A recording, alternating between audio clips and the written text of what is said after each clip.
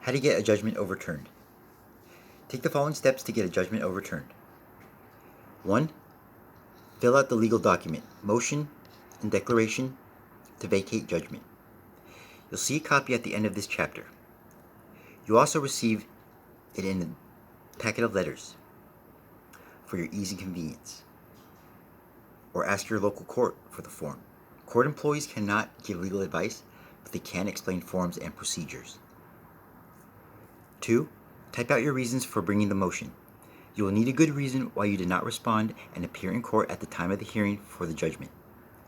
Being busy, being on vacation, not having a car, or forgetting are not good reasons. Here are some acceptable reasons. I was not properly served a summons.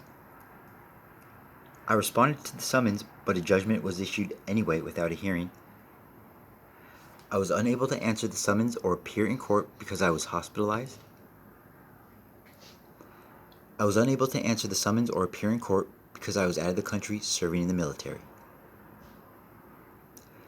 The collection agency failed to respond to my request for validation.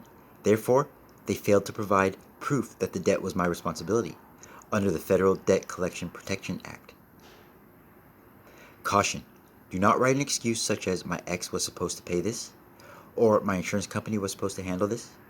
Those reasons are not acceptable and will not work, because they show negligence on your part for not showing up in court to explain that at the hearing. The court responds only to violations of existing laws. 3. File paperwork.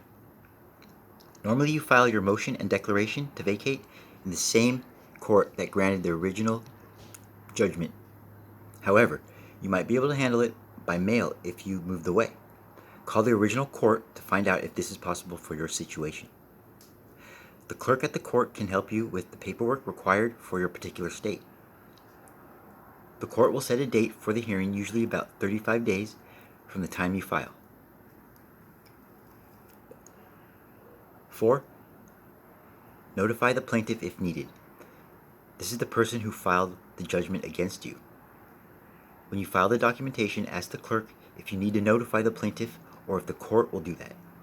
If it is your responsibility, the clerk can also give you acceptable options for notification in your state, such as using a professional server or using certified mail.